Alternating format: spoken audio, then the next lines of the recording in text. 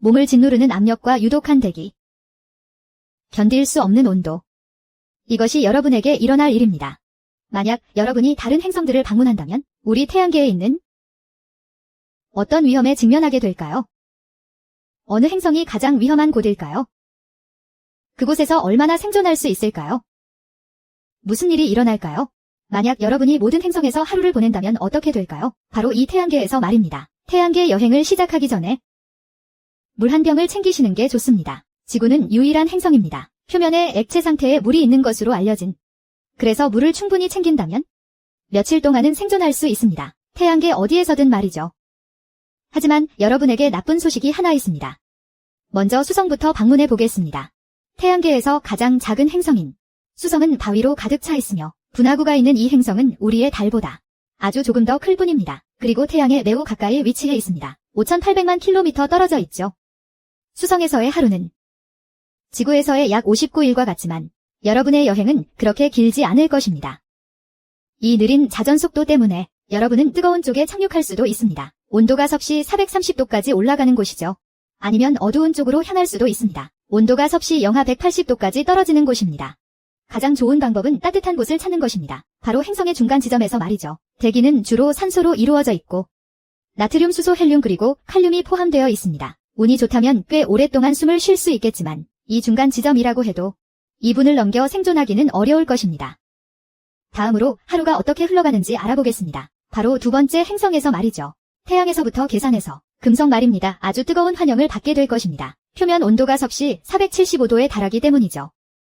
그리고 금성에서의 하루는 지구의 243일과 맞먹습니다.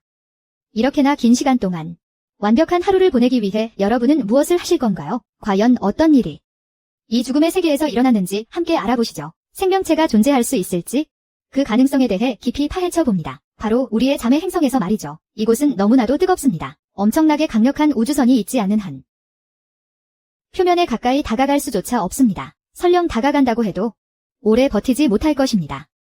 금성이라는 행성은 두껍고 독성이 강한 대기로 덮여있고 탄소의 양은 15만 4천 배나 더 많습니다. 지구의 대기와 비교했을 때 말이죠. 그리고 한갈색의 황산구름으로 뒤덮여 있습니다.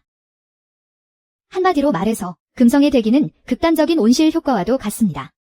맹독성 물질과 몸을 바싹 태워버릴 듯한 엄청난 열기 속에서 여러분은 단 1초도 살아남을 수 없을 것입니다. 이제 화성으로 넘어가 볼까요? 지구에 잠시 머물며 신선한 공기를 마시고 싶은 게 아니라면 말이죠. 화성에서는 조금 더 편안함을 느낄 수 있을 겁니다. 하루가 24시간보다 아주 조금 더 길기 때문이죠. 하지만 불편하게 느껴지는 것은 바로 이산화탄소, 아르곤, 질소로 가득 찬 그리고 약간의 산소와 수증기만 섞인 대기일 것입니다. 화성의 표면은 매우 춥습니다. 평균 온도는 섭씨 영하 62도에 달하죠. 이 낮은 표면 온도에 숨쉬기 힘든 공기까지 더해지면 이곳에서 단 몇 분도 버티지 못할 것입니다. 다음 행성인 목성에서는 표면에 아예 닿을 수조차 없을 것입니다. 왜냐하면 밟을 수 있는 표면 자체가 이 거대한 가스 행성에는 존재하지 않기 때문이죠. 이 행성은 무려 2배나 더 무겁습니다. 다른 모든 행성들을 우리 태양계에 있는 전부 합친 것보다 말이죠. 게다가 대기는 주로 수소로 이루어져 있습니다. 헬륨과 구름들, 암모니아와 차갑고 바람 부는 물. 목성은 부피가 엄청나게 크지만 아주 빠르게 회전합니다. 하루가 지구 시간으로 10시간밖에 되지 않죠. 그리고 이렇게 너무 빨리 돌기 때문에 목성의 대기에는 강력한 제트 기류가 존재합니다. 게다가 대적점도 있죠. 지구 크기보다 더 거대한 폭풍 말입니다.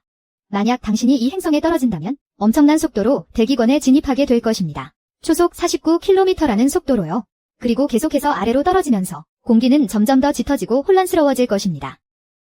마치 단단한 벽에 쾅 부딪히는 것 같은 느낌을 끊임없이 계속해서 받게 될 것입니다. 만약 당신이 692km 깊이까지 내려간다면 마리아나 해구 바닥보다도 더 높은 엄청난 압력을 겪게 될 것입니다. 지구에서 가장 깊은 곳보다 더 말이죠. 만약 그 압력이 당신을 죽이지 못하더라도 영하 145도라는 끔찍한 평균 온도가 틀림없이 당신의 목숨을 앗아갈 것입니다. 당신은 목성에서 단 1초도 살아남을 수 없을 것입니다. 이제 만약 당신이 토성으로 계속 나아간다면 또 다른 거대한 가스 덩어리를 마주하게 될 것입니다. 표면조차 없는 채로요. 그리고 목성과 마찬가지로 이곳의 하루는 약 10.7시간 정도 이어집니다.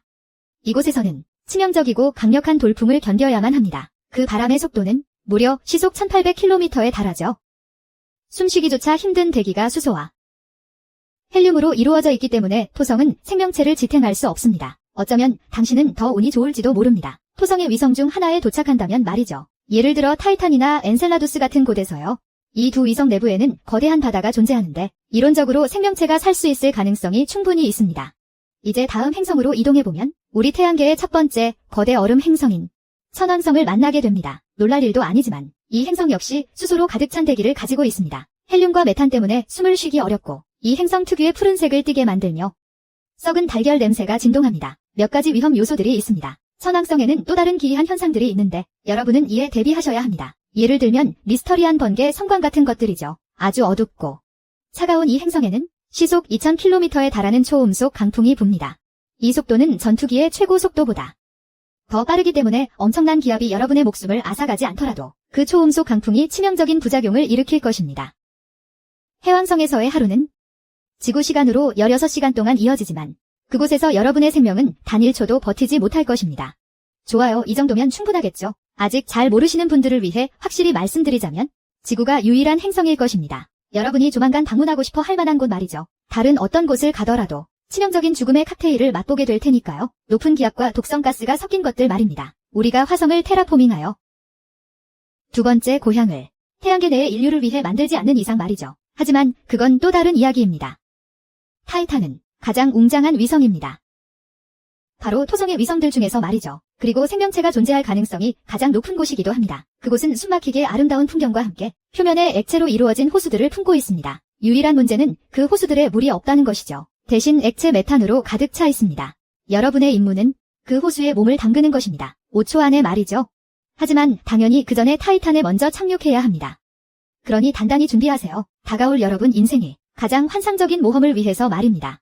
타이탄은 엄청나게 멀리 떨어져 있습니다. 지구에 가장 가까워질 때조차도 이 얼음 위성은 이곳은 여전히 우리에게서 12억 킬로미터나 떨어져 있습니다. 여러분은 약 7년이라는 시간이 필요할 겁니다. 우주선을 타고 홀로 여행하려면 말이죠. 엄청난 양의 비축 물자가 필요할 겁니다. 그리고 초첨단 생명 유지 장치도 있어야겠죠. 이러면 정말 다행일 겁니다. 여러분이 타이탄에 무사히 도착해서 꽁꽁 얼어붙거나 태양계 어딘가에서 질식하지 않는다면 말입니다. 여러분에게는 그런 일이 일어나지 않기를 바랍니다.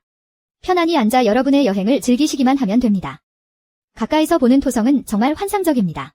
분명 최고의 행성일 겁니다. 여러 행성 중에서도 가장 멋진 장관을 뽐내는 태양계의 고리를 가진 행성 중에서 말이죠. 하지만 기억해두세요. 우리의 목적지는 타이탄 위성이라는 것을요. 자, 이제 다시 출발할 시간입니다. 타이탄은 여러 면에서 아주 독특합니다. 첫째, 우리의 달보다 훨씬 큽니다. 심지어 수성보다도 더 큽니다. 우리 태양계 이웃 중 가장 작은 행성 말이죠. 이곳은 두꺼운 대기층을 가진 유일한 위성이기도 하죠. 또한 호수로 덮여 있는 유일한 곳이며 강과 바다가 있고 때로는 비도 내리는 곳입니다. 타이탄 표면으로 내려가는 데는 약 2시간 반이 걸립니다. 그리고 마음대로 아무데나 착륙할 수도 없습니다. 우리는 타이탄이 수많은 호수로 덮여 있다는 사실을 알고 있죠. 그러니 이러길 바라는 게 아니라면 말이죠. 우주선을 통째로 메탄에 퉁덩 빠뜨리고 싶은 게 액체 상태의 메탄 말입니다. 만약 그렇게 되길 원치 않는다면 착륙 지점을 아주 신중하게 선택하셔야 합니다. 자, 이제 여러분이 타이탄에 무사히 착륙했다고 가정해보죠. 이 꽁꽁 얼어붙은 세계를 다 함께 탐험해볼까요?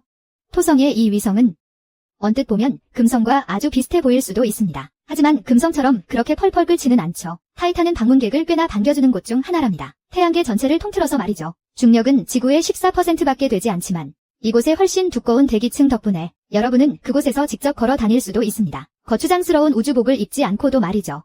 하지만 절대 추천하고 싶지는 않네요. 따뜻하게 체온을 유지하려면 우주복은 꼭 필요할 테니까요. 타이탄은 태양에서 아주 멀리 떨어져 있어요. 그래서 많은 온기를 받지는 못하죠. 지구에 있는 우리들처럼 말이에요. 여러분은 아주 차가운 온도에서 빠르게 산책하게 될 거예요. 섭씨 영하 180도 말이죠. 정확히 말하자면 산책하는 건 아닐 거예요. 그곳에서는 방방 뛰어다니는 것에 더 가까울 테니까요. 타이탄의 약한 중력 덕분에 몸이 훨씬 가볍게 느껴질 거고 더 높이 점프할 수 있을 거예요. 움직이는데 힘도 덜 들고요. 현재 타이탄의 대기는 주로 질소로 이루어져 있어서 지구와 아주 비슷해요. 하지만 이 위성에서는 여전히 숨을 쉴 수 없어요. 비슷한 점은 딱 거기까지거든요. 이곳 공기의 95%가 질소인 반면에 나머지 5%는 메탄이거든요. 살아남으려면 산소통이 필요해요. 이 세상에서 단 5초라도 버티려면 말이에요. 호수에만 메탄이 있는 게 아니에요. 엄청나게 많은 메탄이 타이탄의 구름 속에도 들어있거든요. 게다가 가끔은 메탄 비가 내리기도 해요. 이 비는 여러분이 지구에서 보던 것과는 완전히 달라요. 빗방울이 훨씬 더 천천히 떨어지거든요. 약한 중력과 두껍고 짙은 타이탄의 대기 덕분이에요. 지구에서는 빗방울이 초당 약 9m의 속도로 떨어지지만 타이탄에서는 그 속도가 초당 약 1.6m에 불과해요. 지구보다 6배나 느린 셈이죠. 이곳에서 비를 맞으며 산책한다면 정말 멋지겠지만 꼭 기억하셔야 해요. 여러분은 빗속을 거닐려고 여기에 온 게 아니라는 거요. 타이탄의 호수에서 수영하려고 온 거잖아요.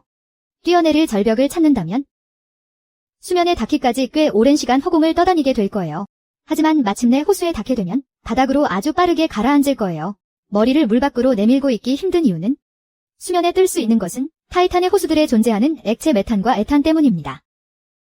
액체 메탄의 밀도는 훨씬 낮습니다.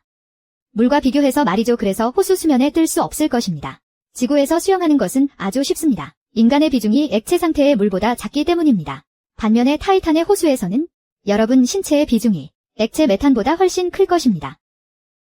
그래서 마치 몸이 돌로 이루어진 것 같은 기분이 들 것입니다. 호수 수면에서 액체 메탄은 완전히 투명하지만 여전히 아주 깊은 곳까지는 볼 수 없을 것입니다. 이 위성의 어둠과 짙은 대기 때문입니다.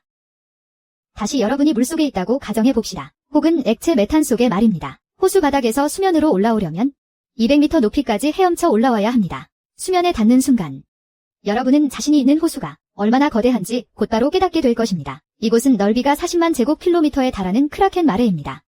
참고로 이곳은 카스피해보다 큽니다. 지구상에서 가장 큰 호수 말입니다. 그리고 일본 전체 면적보다도 거대합니다. 이 호수가 마음에 들지 않는다면 선택할 수 있는 다른 호수가 50여 개나 더 있습니다. 여러분의 취향에 따라 말입니다. 이 호수들에서는 서핑을 즐길 수 없습니다. 타이탄에서는 그 어떤 파도도 찾아볼 수 없을 테니까요. 약한 중력이 파도가 생성되는 것을 막기 때문입니다. 그래서 전반적으로 볼 때 해변에서 보내는 멋진 하루와는 거리가 멀 것입니다. 이런 호수에서 수영하는 것은 꽤 어려울 것이고 별다른 재미도 없을 것입니다. 무엇보다도 해변에서 휴식을 취하거나 일광욕을 즐기기는 거의 불가능합니다. 아마도 최고의 휴양지는 아닐 것입니다. 하지만 그곳의 아름다운 풍경만큼은 결코 부정할 수 없을 것입니다. 자, 이제 어떤 일이 일어날까요? 만약 여러분이 우주비 행사이고 원하는 곳이라면 어디든 여행할 수 있다면 말입니다.